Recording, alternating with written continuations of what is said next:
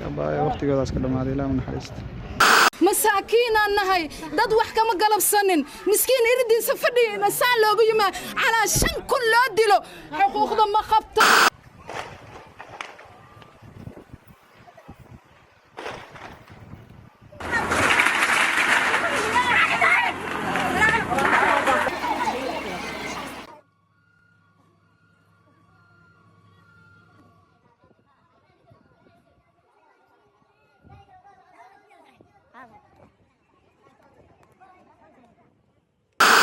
من مساكينة أو سكر قوة أو جيران أو المكرسناي الله كله لعق اللي قد لي بعطة. waxaa uga sii daranta biilaanta maradaana bikadaag saabina tuulida biilageen maxay u tahay biyaanta ugu sii biyaasi dhaqsan loo soo gaara iyo caawinimo fiican laakiin biyaha ugu sii daran wallaah waxa fuucabna ma haysano tama illa ma inaga baahano dilli wal bismillaah raana mala biila haysan ma baad ma haysan waa ku ilaahay bariisi dablashidi mala awlaad baahan isla boorayd anagino bararay ka shibaan oo ka dhay daawlan 6 7 8 9 10 1 2 3 4 5 6 in madaxweyne xasan sheekh maxamuud dhaqan kasta oo xumaan leh uu markaasi ku caan baxay kala qaybinta bulshada kala irdheynta ummadda Soomaaliyeed midnimadii uu madaxweyne xasan sheekh maxamuud intii la isku keenay uu kala daadinayo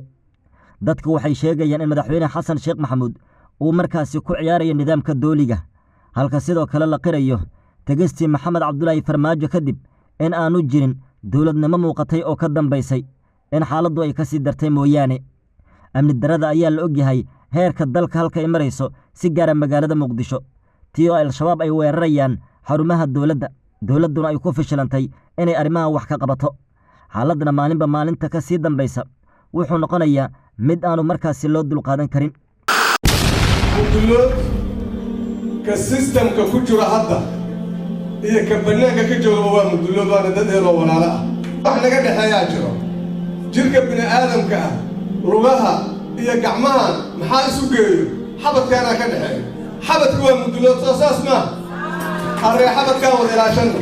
shabeellada hoose niman ka socdaan noomida maalin dhaweede inay ooyaan ay ku sigtaan waxay yidhaahdeen 70% waxaan degnaa shabeellada hoose haddana waxay yidhahdeen waa nalmingooriyo waayaan حلالك وده وانا قال قاضي حل ما نمدي وانا قال قاضي وسيردي وانا قال قاضي وحواي وانا الاريري وهاي ليه محاول السببه وحاول السببه دتك ولا مسكون دوبلين مسكون تجاه هي واو كلا دومنا يا مركز البحر وسعنا مالته وسعايا انا مالته ولا سعنا marka aan waxayna wada difaacano waxaan u baahanahay midnimo mudullood waxaan u baahanahay inaan hor u soconno waxaan u baahanahay ummadda wax la qaybsano haddii kale waxaa leeyahay baanto ay jiri jireen meel wax ma taro لأنه حوله وأطيعوا الله ورسوله ولا تنازعوا فتفشلوا وتذهب ريحكم إلى أن قائم وحوله الله أطيع رسولك أنا أطيع هي ولا تنازعوا هدودنا هذا دودان فتفشلوا وتفشل ميسان هذا تفشل ميسان حيمانا وتذهب ريحكم أودنا كلا تجيسوا سوساس ما على كل حال هذا دورنا أو أن دعالنا أودنا كلا تجي أودنا ذيك كلا تكتنا دوانا كلا فايدة سنة يا السلام عليكم ورحمة الله وبركاته داود الكسر هذا channel داورات وكل سانكرتان يوتيوب معلومة بريك بكم مغنين أكس هذا وصل عني مرة حالين سدياري برنامج كان مهم كأ يو برنامج جال كلا فربضان مرة برنامج كمان أنت وحساب سني هاي أرنت هذا هاي إن لا ولا يسبدل السياسة إنه ودن كدعاء مرة سأكتهين سياسة قبيلة كل سنة وما أنت ودن كعادة كأ وشغين لا فائدة إلا ذا ماله ومركا حوي بركادي بقى إلى قاضي وهو إلى هلا كيهن معها علم المسلمين معها علم قالنا معها مركا واحد سكر وعواني موي مركا عن خصب نوع إن الله إني معنا يثبت السياسة ذات مركا سألوكتين معناتها واحد بحون معناتها وده كده عيسى أنا قلت مسوق أنا قلت رفشو أنا قلت معمل حنو أنا قلت أرجع حسو واحد صدام حوي وحكسل كل هذه قبيلة معناتها وده قاعد كه iyo qabyaalada oo siyaasadda qabyaalada ku dhisan marka isbedel siyaasadeed oo dadweynaha sameeyaan waa wax caadi weey adduunka oo dhan buu ka dhacaa wadamada adduunka dhan baa laga sameeyaa marka dad hadday arkaan waxaysan raalli ka ahayn oo dawladdu ka haysaday arkaan dadku way kacaan oo isbedel siyaasadeed baa ololayn sida dhibaatadaas loo joojiyo hadda ka soo qaad meeshaas kale waa Greece wadanka la haway maalin hore mudaharaad baa ka dhacay oo dadka baa waxay ka mudaharaadayeen tareen oo dad badan ku dhinteen